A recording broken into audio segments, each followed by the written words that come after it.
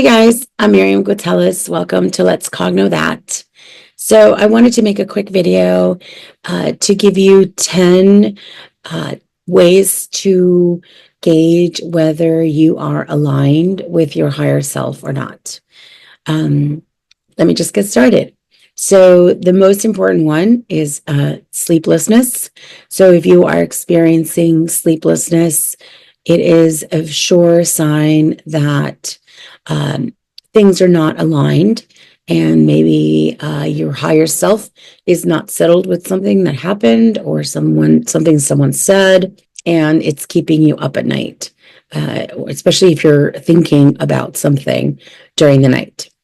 If you are constantly feeling frustrated by the actions of others and or the inactions of others, and that can be something that takes up a lot of realty in our thinking, and that itself is sort of a sign that if you're constantly feeling frustrated with people around you because, or the thinking behind it is, if only they, then I would. So it's sort of this dependence on the sort of an external factor to change in order for us to feel settled. Another sure sign that things are not aligned and is having a lot of really demanding people around you, where you feel like this constantly people are coming to you who are in need of your assistance, in need of your time.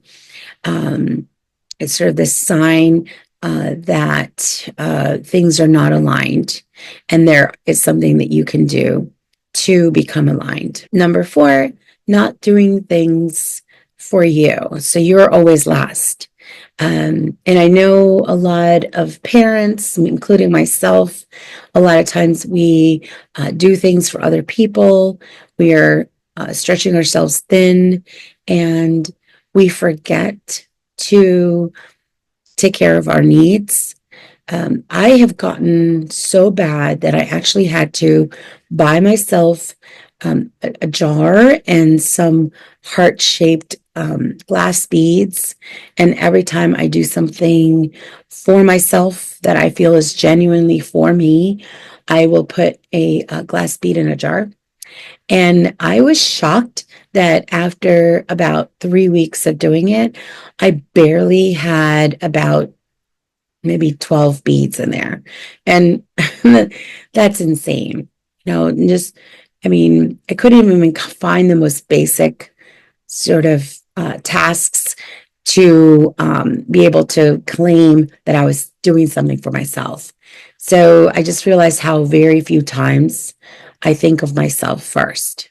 And that might seem like a wonderful thing, especially for us spiritual people, but it's not. So if you are not putting yourself first in most situations, or if you journal and you figure out that you're not first, then that is a sure sign that you're not aligned with your highest self. Having lots of accidents, and I don't mean like obviously not, maybe even not major ones, but spraining your ankle, just sort of silly things that you almost are embarrassed to tell people that you hurt yourself, just constantly hurting yourself. It's like you are existing in this space, but also your mind might be somewhere else. And so you're not really sort of settled. And a lot of times that is a sure sign. Being tired and getting sick a lot. That's another one that I'm always having to remind myself, or my body's reminding me. If I'm not taking time to rest, I will get sick. And if I still don't listen to the sickness that my body is tossing down, I will get even sicker. So being tired is sort of the first sign, and then you'll get sicker. That would be the most intense sort of communication your body will have with you, to yell at you to give it some rest, to become more aligned. One that I find that I see a lot everywhere is the people that you notice that everything is hard for them. All of us have been there, probably. All of us probably also know people who just it seems like no matter where they go, bad things happen to them.